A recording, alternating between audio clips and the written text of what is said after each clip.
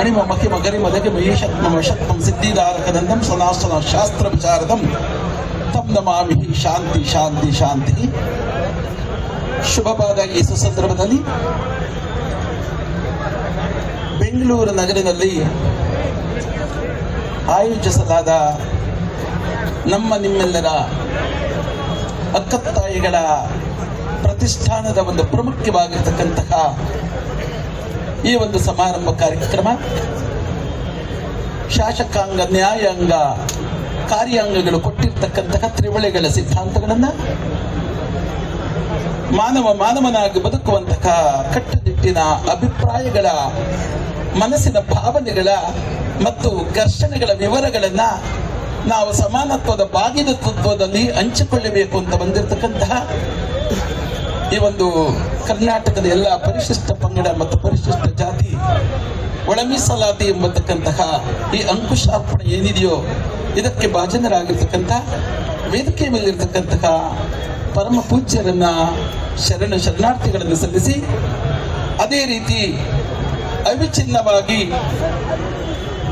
ಕೈಗೆ ಕೈಯನ್ನು ಕೊಟ್ಟು ಬಾಯಿಗೆ ಬಾಯನ್ನು ನೀಡಿ ಪ್ರಭುಚಿನ್ನವಾಗಿ 40 ವರ್ಷಗಳ ಕಾಲ ಸತತವಾಗಿ ಈ ಒಂದು ಪರಿಶಿಷ್ಟ ಜಾತಿ ಪರಿಶಿಷ್ಟ ಪಂಗಡಗಳ ಎಲ್ಲ ಒಳ ಮೀಸಲಾತಿಗೋಸ್ಕರವಾಗಿ ದುಃಖದಿಂದ ಎಲ್ಲ ಸಮಾನತ್ವಗಳನ್ನು ಭಾಗಿತ್ವದಲ್ಲಿ ಹಂಚಿಕೊಂಡು ಬಂದ ಹೋರಾಟದ ಎಲ್ಲ ಪ್ರಮುಖರು ವೇದಿಕೆ ಮೇಲಿರತಕ್ಕಂತಹ ಪ್ರಮುಖರಿಗೂ ಕೂಡ ಶರಣಾರ್ಥಿಗಳನ್ನು ಸಲ್ಲಿಸಿ, ಮುಂಬದಿಯಲ್ಲಿ ಕುಳಿತಿರ್ತಕ್ಕಂತಹ ಎಲ್ಲ ತಾತ ಮಾತೆಯವರೇ, ಬಲದ ಈ ಶಕ್ತಿಯು ಏನು ಅಂತ ನಾವು ಯಕ್ಷ ಪ್ರಶ್ನೆ ಆಗಿದೆ. ಏತಕ್ಕೋಸ್ಕರವಾಗಿ ನಮಗೆ ಸಿಗಬೇಕಾಗಿರ್ತಕ್ಕಂತಹ ನ್ಯಾಯ ಸಿಗ್ತಾ ಇಲ್ಲ ಎಂಬತಕ್ಕಂತಹ ಆಧಾರವನ್ನು ನಾವು ಯೋಚನೆ ಮಾಡಿ ನೋಡಿದಾಗ ಈಗ ಏಕಾಯ್ತು ಅಂತ ನಾವೆಲ್ಲರೂ ಕೂಡ ಯಕ್ಷ ಪ್ರಶ್ನೆಗೆ ಒಳಗಾಗಬೇಕಾಗುತ್ತೆ. ನೋಡಿ ಬಂಧುಗಳೇ, ಸರ್ಕಾರವು ನೇಮಿಸಿರ್ತಕ್ಕಂತಹ ಈ ಒಂದು ಆಯೋಗ ಸದಾಶಿವ ವರದಿ ಇರಬಹುದು, ಮಾಧುಸ್ವಾಮಿಯವರ ವರದಿ ಇರಬಹುದು, ಗೌರವಾನ್ವಿತವಾಗಿರ್ತಕ್ಕಂಥ ನಾಗಮೋಹನ್ ದಾಸ್ ಅವರ ವರದಿ ಇರಬಹುದು. ಈ ವರದಿಗಳನ್ನ ಸರ್ಕಾರವು ಕೂಡ ಅದರದೇ ಆದಂತಹ ಸಿದ್ಧಾಂತದ ಚೈತನ್ಯ ಸ್ವರೂಪದಲ್ಲಿ ಬಗೆದಿದೆ.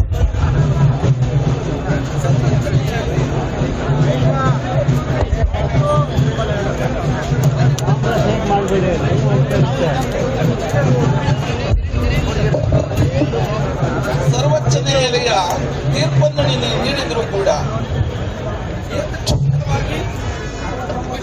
ಏತಕ್ಕೋಸ್ಕರವಾಗಿ ನಾವು ಸರ್ವೋಚ್ಚ ನ್ಯಾಯಾಲಯದ ಮಾತನ್ನು ಕೂಡ, ಅವರು ಕೊಟ್ಟಂತಹ ತೀರ್ಪನ್ನು ಕೂಡ ಈ ಸಮಾಜಕ್ಕೆ ಹೊರಾಂಗಣದ ಊರಿನಗಳಲ್ಲಿ ಏನಕ್ಕೆ ಅದನ್ನ ತೀರ್ಪನ್ನು ನೀಡಕ್ಕಾಗಲಿಲ್ಲ ಅನ್ನುವುದೇ ಒಂದು ಯಕ್ಷ ಪ್ರಶ್ನೆಯಾಗಿದೆ.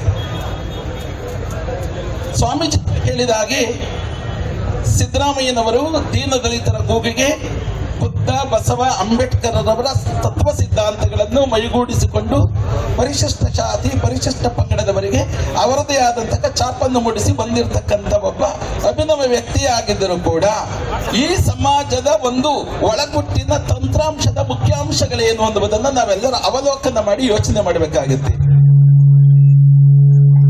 ಹಾಗಾಗಿ ಬಂಧುಗಳೇ,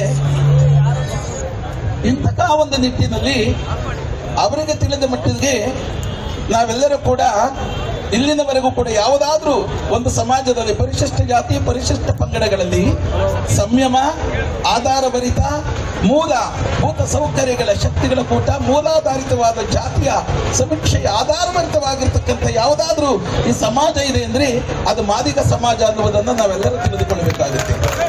ಏಕೆಂದ್ರೆ 18 ಯುಗಗಳಲ್ಲೂ ಕೂಡ ಇದರದೇ ಆದಂತಹ ಈ ಸಮಾಜಕ್ಕೆ ಆಗಿರ್ತಕ್ಕಂತಹ ನಾವು ಗಂಟುಕಟ್ಟಲೇಬೇಕಾಗುತ್ತೆ.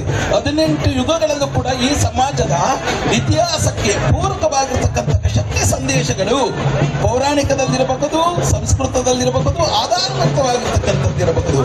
ಇಂತಹ ಒಂದು ಸಮಾಜ, ಇಂತಹ ಒಂದು ಕಾಲಘಟ್ಟದಲ್ಲಿ ನಾವು ಓಡಾಡುವಂತಹ ಸ್ಥಿತಿಗೆ ನಾವೆಲ್ಲರೂ ಬಾಧಿತರಾಗಿದ್ದೀವಿ ಅಂದ್ರೆ ನಮ್ಮ ಮೌನಕ್ಕೆ ಇವರೆಲ್ಲರೂ ಕೂಡ ಎಲ್ಲೋ ಒಂದು ಕಡೆ ನಮ್ಮ ಮೌನದ ಆದಿಯನ್ನ ಅವರು ನೋಡ್ತಾ ಇದ್ದಾರೆ ಅಂತ ನೋಡಿ. ಯಾವತ್ತೂ ಕೂಡ ಮಾದಿಗ ಸಮಾಜವು ಎಷ್ಟು ಮೌನವಾಗಿರುತ್ತೋ ಇದೇನಾದ್ರೂ ನಾವೆಲ್ಲರೂ ಕೂಡ ಒಟ್ಟಿಗೂಡಿಕೊಂಡು ಏನಾದ್ರೂ ನಾವೆಲ್ಲರ ಧ್ವನಿಗಳೇನಾದ್ರೂ ಒಂದು ಇಲ್ಲಿಂದ ಏನು ಉದ್ಯಾನವನದಿಂದ ಏನಾದ್ರೂ ವಿಧಾನಸೌಧದ ಕಡೆ ಕಡೆಗೆ ಏನಾದ್ರೂ ಚಾಪುಗಾಲನ್ನು ಹೆಟ್ಟಿ ಹೋಗಿದ್ದೆ ಆದ್ರೆ ಇದರ ಭವಿಷ್ಯೋತ್ತರಗಳು ಬಹಳ ಕಠಿಣವಾಗುತ್ತೆ ಅಂತ ಹೇಳುವುದನ್ನು ನಾನು ಈ ಸಂದರ್ಭದಲ್ಲಿ ಮಾಡುವುದಕ್ಕೆ ಇಷ್ಟಪಡ್ತೀನಿ.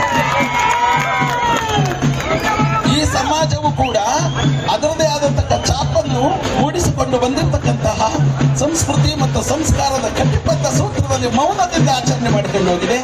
ಹಾಗಾಗಿ ಸನ್ಮಾನ್ಯ ಶ್ರೀ ಸಿದ್ದರಾಮಯ್ಯನವರೇ ಈ ವಿಚಾರಗಳನ್ನ ನಾವು ಸಮಪಕ್ವದಲ್ಲಿ ಮೋನಾರ್ಕಿ ರಾಜನೀತಿಯ ಸಂವಿಧಾನದ ಸಮಾನತ್ವದ ಉತ್ತರಗಳನ್ನು ತಾವೆಲ್ಲರೂ ಕೂಡ ತಿಳಿಸಿ ಈ ಸಮಾಜಕ್ಕೆ ಆಗಿರುವ ಅನ್ಯಾಯ ಅನ್ನುವುದು ಎಲ್ಲರಿಗೂ ಗೊತ್ತಿದೆ. ನೋಡಿ, 1959ರಿಂದ 1884ರವರೆಗೂ ಈ ಸಮಾಜದಲ್ಲಿ ಎಷ್ಟು ಶಾಸಕರಿದ್ರು ಹಿಂದೆ ಅಂತ ನಾವೆಲ್ಲ ಗಮನಿಸಬೇಕಾಗುತ್ತೆ. ಈಗ ಎಷ್ಟು ಜನ ಶಾಸಕರಿದ್ದೀವಿ ಎನ್ನುವುದನ್ನು ಕೂಡ ಗಮನಿಸಬೇಕಾಗುತ್ತೆ. ಹಾಗಾಗಿ ಪೂರ್ವದಿಂದಲೂ ಈ ಸಮಾಜಕ್ಕೆ ಅದರದೇ ಆದಂತಹ ರಾಜಕೀಯ ಶಕ್ತಿಗಳು, ಒಡನಾಟದ ಶಕ್ತಿಗಳು, ಹೋರಾಟದ ಕೇಂದ್ರ ಬಿಂದುಗಳು ಆಗಿರ್ತಕ್ಕಂತಹ ಏನಾದ್ರೂ ಒಂದು ಹೋರಾಟದ ಶಕ್ತಿಯನ್ನು ಪ್ರದರ್ಶನ ಮಾಡತಕ್ಕಂತಹ ಯಾವುದಾದ್ರೂ ಸಮುದಾಯ ಇದೆ ಅಂದ್ರೆ ನಿರಂತರವಾಗಿ ದೀನದಲಿತರ ಕೂಗನ್ನು ಕೊಟ್ಟು ಬಂದಿರತಕ್ಕಂಥ ಸಮಾಜ ಅಂದ್ರೆ ಈ ಮಾದಿಗ ಸಮಾಜ ಅನ್ನುವುದನ್ನು ನಾವು ಹೇಳಬೇಕಾಗುತ್ತೆ. ಹಾಗಾಗಿ ಇಂತಹ ಸಮನ್ವಯ ಉತ್ತರಗಳು ತಮ್ಮ ಮನವಿ ಎನ್ನುವಂದ್ರೆ ನಿಮ್ಮೆಲ್ಲರ ಕುಳಿತಿರ್ತಕ್ಕಂತಹ ಎಲ್ಲ ಒಂದು ಚಿಂತಕರ ಮನವಿಯಿಂದ ತಾವೇನಾದ್ರೂ ಶಾಂತಿ ರೀತಿಯಲ್ಲಿ ಸಂವಿಧಾನದ ಪಕ್ವದಲ್ಲಿ ತಾವು ಹೋಗಿದ್ದೆ ಆದ್ರೆ ಇದು ಘರ್ಷಣೆ ಆಗುವುದಿಲ್ಲ.